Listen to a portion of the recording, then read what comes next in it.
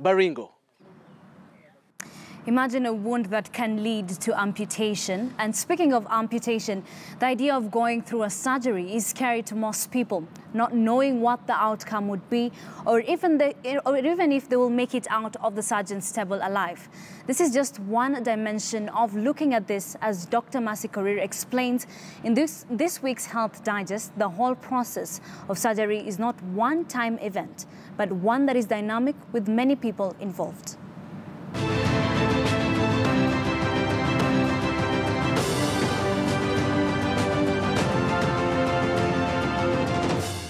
In the recent past, at the Kenyatta National Hospital, brain surgery was done on the wrong patient. These expose the loopholes and the deficiencies that exist in the system, not only at the Kenyatta National Hospital, but in any facility that is offering any surgical procedures across the country. If you're doing a major procedure like a laparotomy, then it is important that you go in the detailed format of what are the complications that are likely to occur at the end. And the most important thing is to make the patient understand.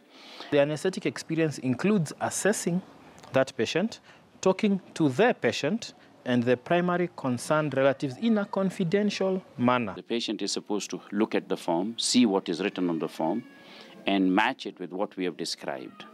And then the patient should sign the form. So the patient must understand what the patient is signing. In emergency surgery, of course, that changes because sometimes you have to save either life or limb, and so you take measures which are appropriate to ensure that as much as you may not be in the best state possible, we can minimize the disruptions that would occur. The intention of any surgical procedure is to save lives. Unsafe surgical care, however, may cause serious harm, even causing death. These are very, very easy problems to address, and that should never happen in our setup. So if we have everybody's role identified as to what they're supposed to do. Surgery is a team process that requires at the very least a surgeon, a nurse, and an anesthesia provider. Every team member has their work defined right from when you get to the hospital to the operating room and upon discharge. When I'm at recovery or receiving area, you check the patient, whether it's the right patient. So the details of the patient, you confirm with the patient. And then after that, you have to ask the patient the procedure that they are going to be done.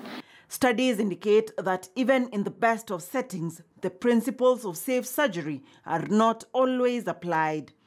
The WHO developed a checklist that surgical teams should follow. Go through the surgical timeout.